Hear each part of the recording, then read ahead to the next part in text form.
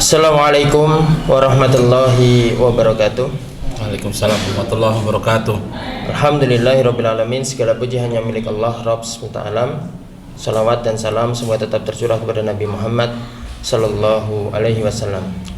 Sahabat Gisting Mengaji, Alhamdulillah, mudah-mudahan Allah Subhanahu wa Ta'ala memberikan kita kesehatan, nikmat, iman dan Islam. Mudah-mudahan senantiasa dalam ketaatan kepada Allah.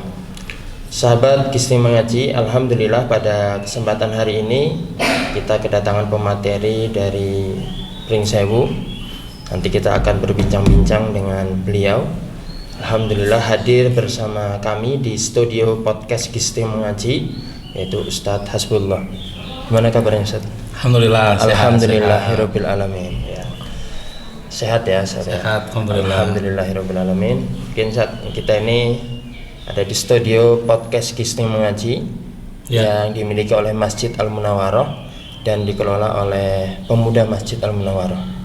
Jadi kegiatan podcast ini nanti kita akan banyak membicarakan beberapa hal terkait dengan materi yang pada hari ini.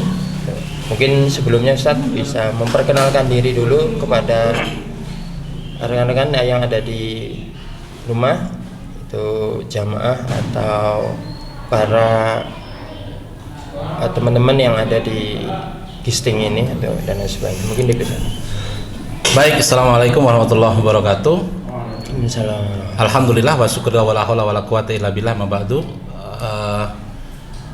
Para jamaah Gisting Mengaji yang berbahagia, baik, alhamdulillah saya ucapkan rasa syukur kehadirat Allah Subhanahu wa Ta'ala yang hari ini bisa bertemu di podcast Gisting Mengaji, dan saya sampaikan terima kasih kepada para pemuda yang ada di Masjid Al-Munawwarah yang hari ini sama-sama giat untuk mengaji dan mengundang saya. Baik, perkenalkan, nama saya Hasbullah, saya dari Pringsewu.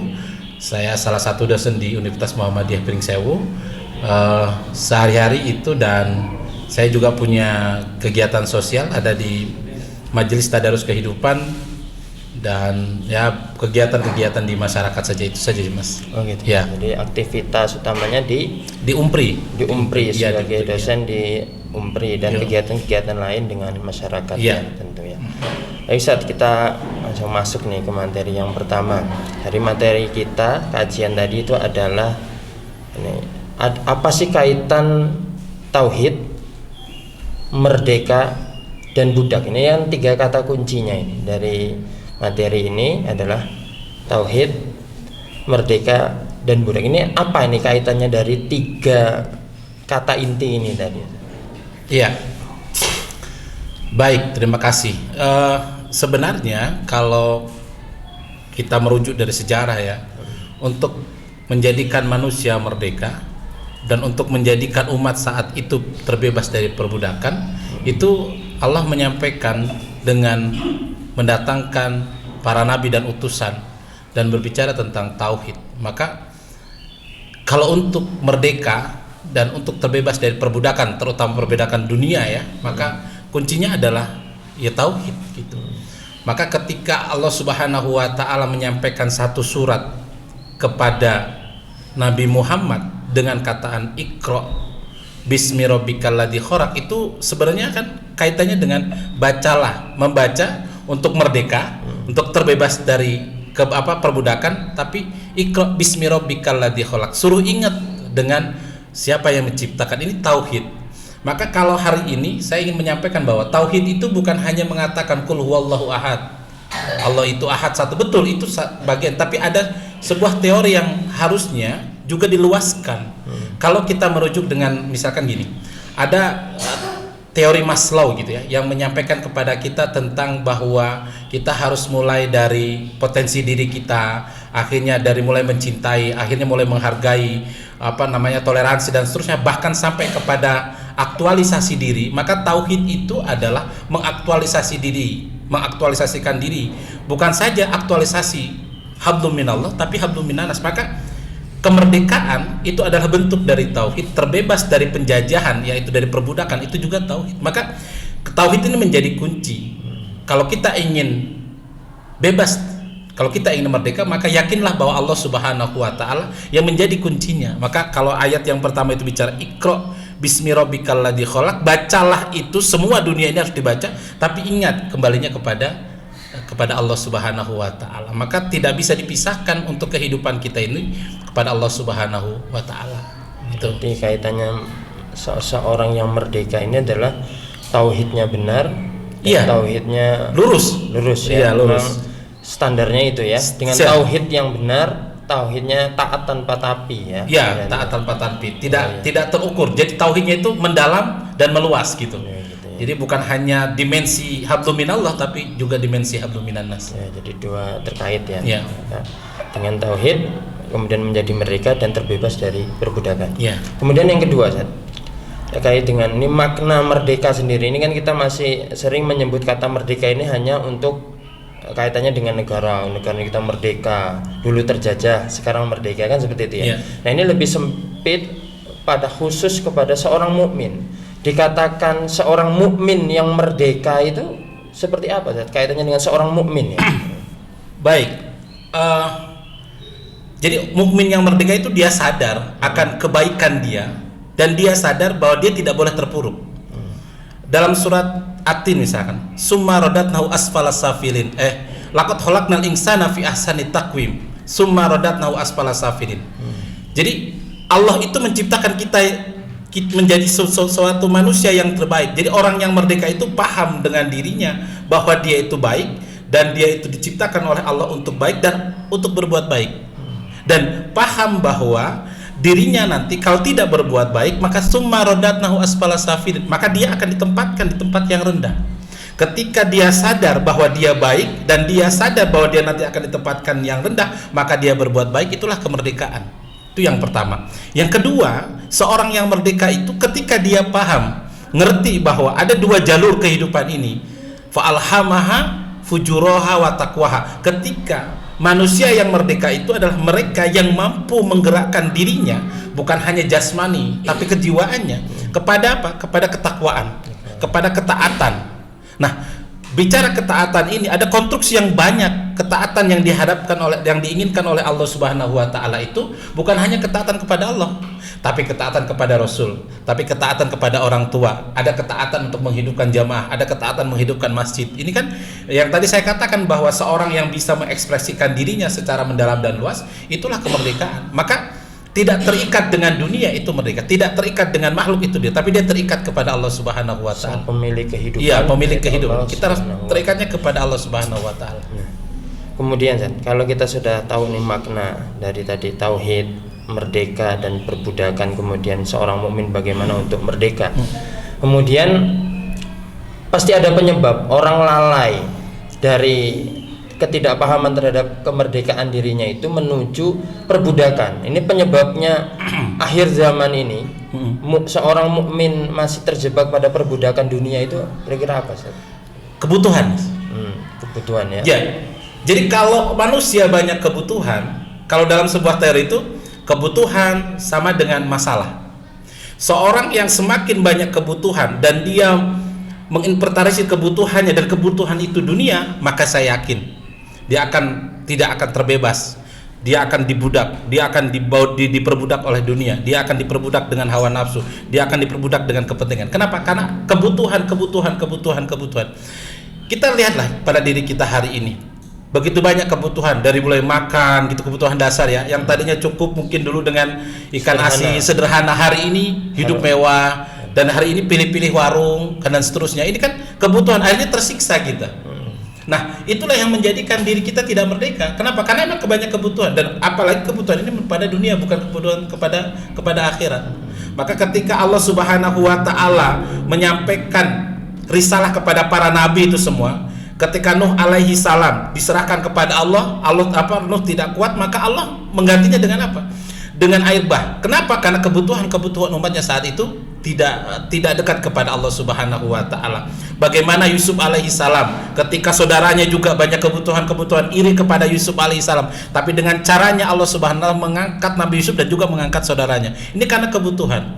Belum lagi bagaimana kelahiran Nabi Isa alaihi salam dari Maryam yang saat itu dikatakan bahwa dengan perkataan yang buruk, tapi bagaimana Allah Subhanahu wa taala menghadirkan, menjawab kebutuhan mereka untuk menghancurkan umat Islam, umat keyakinan saat itu dengan memburukkan karena kebutuhan pengakuisi. Bagaimana zaman Rasulullah, apakah tidak tahu Abu Jahal, Abu Lahab, Abu Sofyan itu Islam baik?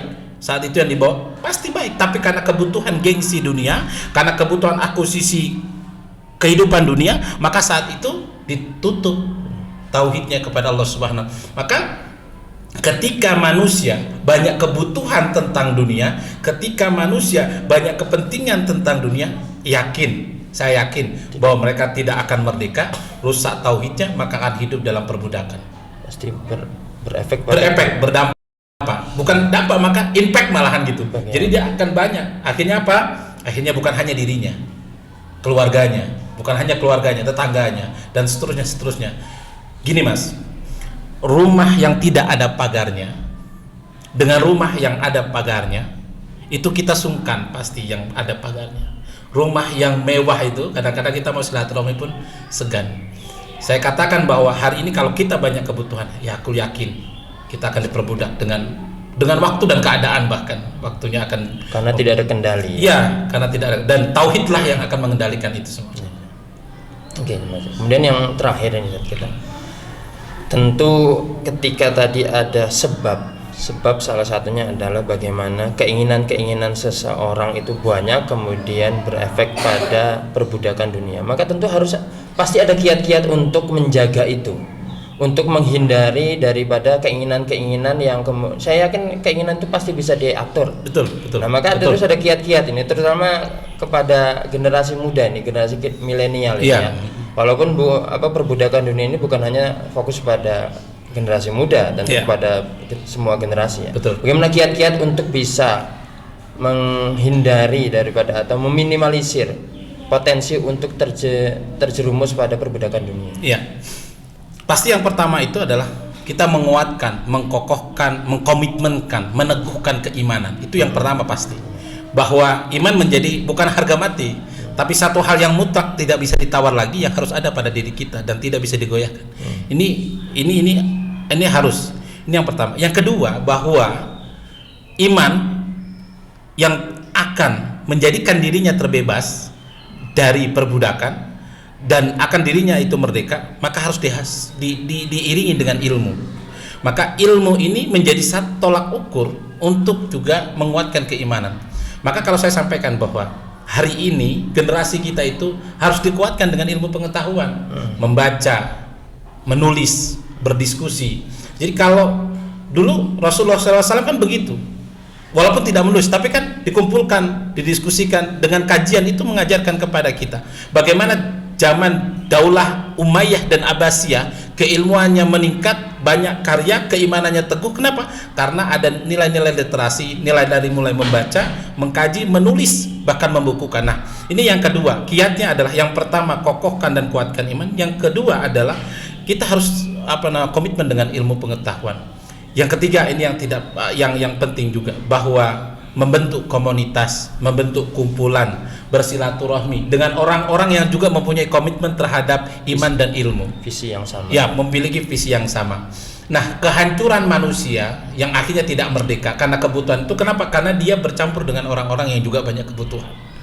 Maka Al-Quran dari 30 juz 114 surat 6.000 sekian ayat itu yang diawali dengan basmalah gitu, itu menjadikan satu nilai tauhid, dan disitulah nilai kita akan terlepas dari nilai perbudakan, dan diakhiri dengan minal jin natiwanas, bahwa akan ada yang mengganggu kita, jin, sesuatu yang tidak terlihat, dan manusia yang terlihat. Maka ini akan diselesaikan dengan persoalan keimanan, dengan kokohnya keilmuan, dan mempunyai persaudaraan yang kuat. Ini menjadi satu kunci kiat kita agar kita tetap pada posisi tauhid yang lurus, pada tetap kita akan menjadi manusia yang merdeka, dan pada tetap terlepas dari perbudakan. Itu Mas. Alhamdulillah. Ini statement terakhir untuk motivasi kepada kami teman-teman di Pemuda Masjid Al-Munawarah yang mengelola pola-pola dakwah. Salah satunya adalah podcast Gisni Mengaji ini, untuk senantiasa menyebarkan dakwah-dakwah yang ada di sekitar kita ini. Mungkin motivasi untuk teman-teman Pemuda Masjid Al-Munawarah. Ya, kepantasan dari kebaikan itu bukan ada untuk dirinya, tapi kepantasan dari kebaikan itu ketika dia bisa menyebarkan dan orang lain bisa merasakan manfaatnya. Terima kasih. Itu saja, Mas. Terima kasih, sahabat Gisri Mengaji. Alhamdulillah kita sudah banyak berbincang bagaimana kita bisa mengaitkan antara tauhid, merdeka dan perbudakan. Mudah-mudahan kita menjadi muslim yang senantiasa mengokohkan iman dengan tauhid, merdeka dari segala bentuk kesyirikan, dan mudah-mudahan tidak terjerumus pada perbudakan dunia. Amin, amin. Fastabiqul khairat. Assalamualaikum warahmatullahi wabarakatuh. Waalaikumsalam warahmatullahi wabarakatuh.